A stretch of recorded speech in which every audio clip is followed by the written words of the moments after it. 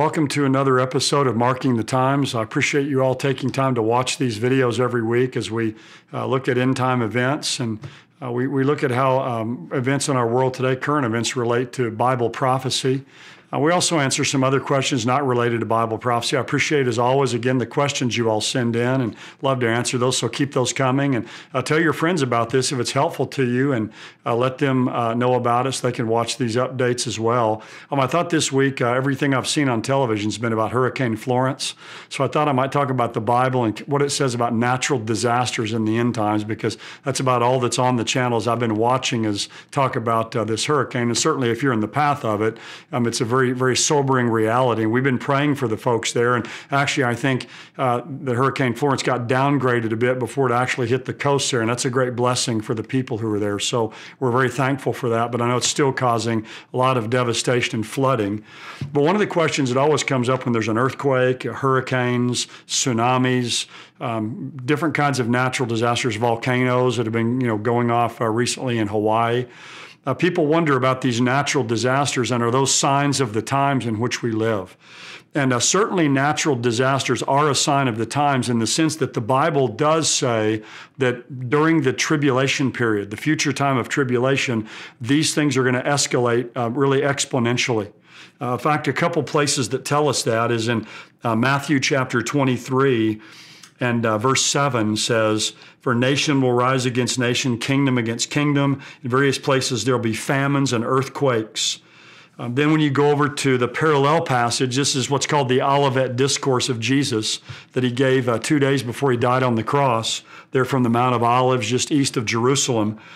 Near the end of that discourse in Luke 21, verse 25, Jesus said this, "There will be signs in the sun and the moon and the stars, upon the earth dismay among nations, in perplexity at the roaring of the sea and the waves, men fainting from fear and the expectation of the things which are coming upon the world, for the powers of the heavens will be shaken." Now, a lot of people, when they read these passages about earthquakes and the seas roaring and all of that, they try to apply that to today and see hurricanes today and earthquakes today and things like that and tsunamis as signs of the times. I don't hold that view myself personally, because I think what Matthew 24 and the latter part of Luke 21 are talking about is the future time of tribulation.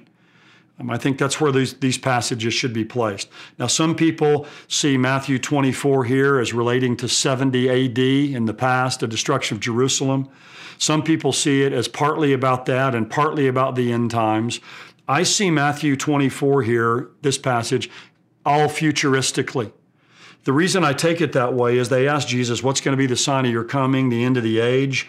And he says that what they'll see happening are the beginning of birth pangs.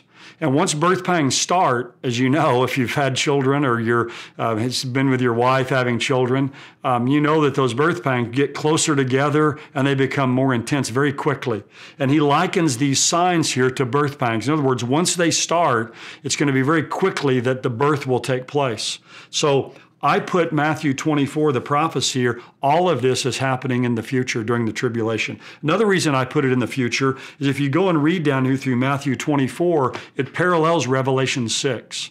You have false Christs and false messiahs in Matthew 24. The first seal that's opened in Revelation 6 is a rider on a white horse, a false messiah.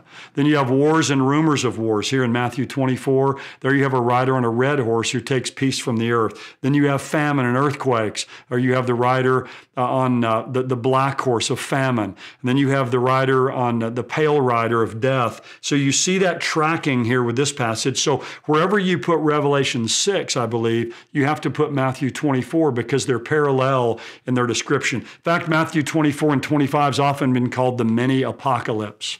So when I see storms that are happening today, hurricanes, earthquakes, these kinds of things, I don't see those as signs in Matthew chapter 24. I think Matthew 24 is the future. Now, when we do see these storms today, though, they are a faint foreshadow of what is coming in the future and the devastation that's going to come on the earth, and they should sober us and make us turn to the Lord, because whenever the time of tribulation comes, and it says there's going to be famines and earthquakes, and then again over in our passage in Luke 21, it says there's going to be dismay among the nations. There's going to be men fainting from fear for the things that are coming upon the earth, the roaring of the seas and the waves. So when the tribulation period arrives, these things are going to hit the world just powerfully. And there's going to be no doubt then that these are signs of the times. So today, what we see with these storms, I think it's just part of what's the groaning creation that Romans chapter 8 speaks of. But one of these days when the tribulation period starts, that's when these signs are going to be unleashed. So anyway, I hope that's helpful. Some of you may disagree with my view about this, my view of Matthew 24, but I see it all as futuristic because of the mentioning of birth pangs and the parallel with Revelation chapter 6. But still, we need to be on the lookout always for Christ's coming. And these kinds of storms and natural disasters certainly are sobering. They should wake us up to how fragile life is.